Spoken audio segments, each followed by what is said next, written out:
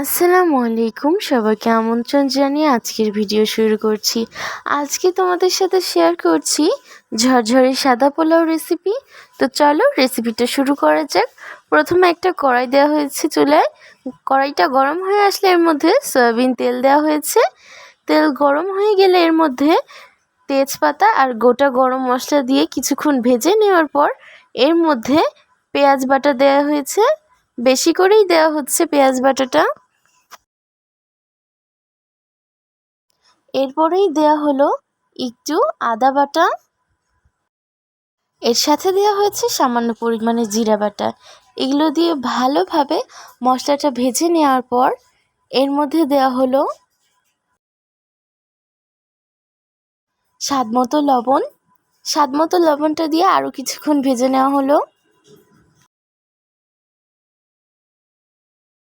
এগুলো ভেজে নেওয়ার পর এর মধ্যে দিয়ে দেওয়া হবে সেই ধুয়ে রাখা পোলাওয়ের চালগুলো।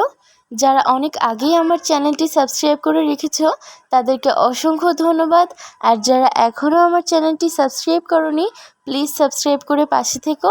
আর আজকের রেসিপিটাতে কিন্তু পোলাওয়ের চালটা ভেজেই রান্না করা হবে। এইভাবে তোমরা কারা কারা খাও পোলাওয়ের চাল ভেজে নিয়ে পোলাও রান্না, প্লিজ কমেন্ট করে জানিও। এর মধ্যে আবারও একটু লবণ দেওয়া হচ্ছে কিছুক্ষণ নেড়েচেড়ে নিয়ে।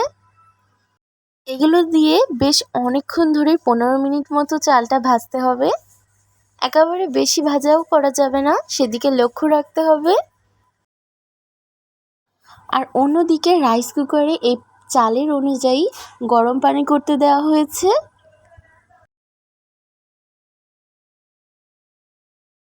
পানিটা গরম হয়ে গেলে এর মধ্যে এই ভেজে রাখা চালগুলো দিতে হবে। আর দিতে হবে খুব সুন্দর ফ্লেভার আর সৌন্দর্যের জন্য কিছু ড্রাই ফ্রুট আর হলো এরকম আস্ত কাঁচামরিচ। খুব সহজেই তোমাদেরকে পোলাওর রেসিপিটা দেখালাম। আমি আবারও অন্য একটা পদ্ধতিতে পোলাও রান্নার রেসিপি তোমাদের সাথে শেয়ার করব, সেটা দেখার জন্য সাবস্ক্রাইব করে পাশে থেকো। আজ এই পর্যন্তই। সবাই ভালো থেকো, সুস্থ থেকো। ফেসবুক থেকে দেখলে ফেসবুক পেজটা ফলো করো। আল্লাহ হাফেজ।